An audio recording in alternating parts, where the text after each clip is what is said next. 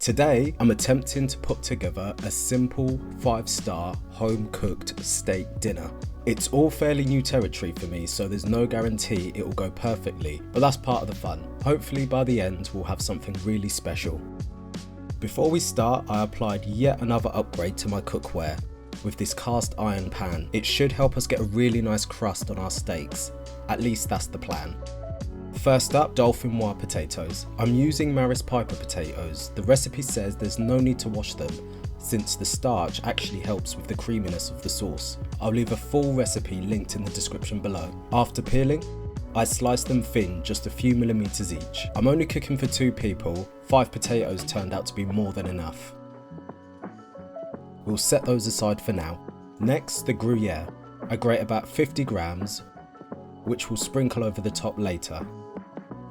In a measuring jug, I mix 250 milliliters of milk, 250 milliliters of double cream, and 3 crushed garlic cloves. That goes into the pot, brought gently to a simmer with some salt and pepper. Once it's simmering, I can add the potatoes. You want to keep stirring here so that nothing sticks to the bottom. The recipe suggests about 3 minutes, but realistically this took closer to about 15 minutes before they were partially cooked. Once they're ready, I remove a bit of the sauce so that the potatoes are coated but not swimming. Then add the grated cheese on top. Into the oven they go at around 190 degrees Celsius for about 30 minutes. Whilst the potatoes are cooking, I take the steaks out of the fridge. I season them lightly with some sea salt and black pepper, then just let them rest.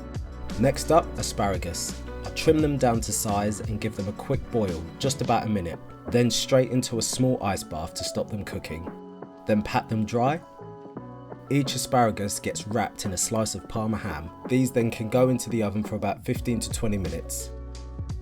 Now for the steaks. As a little extra, I fry some of these wild mushrooms just to serve on the side. The fillet steaks go into the piping hot pan with some oil. I cook them for about 2 minutes per side, aiming for a good sear.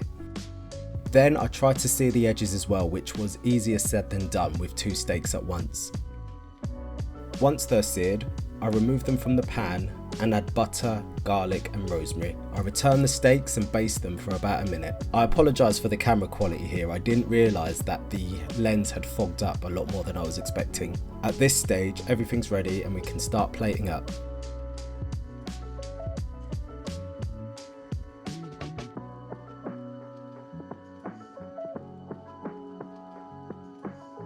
I was genuinely so happy with how this turned out. It's easily the best home cooked meal I've ever made. It felt properly next level. The potatoes and the steaks were definitely the star of the show. The steak had a decent enough crust, even though my technique still needs a bit of work. All the flavours came together far better than I expected. I really hope you get the chance to try something like this yourself. And as always, I had a blast making this video. Thank you for watching.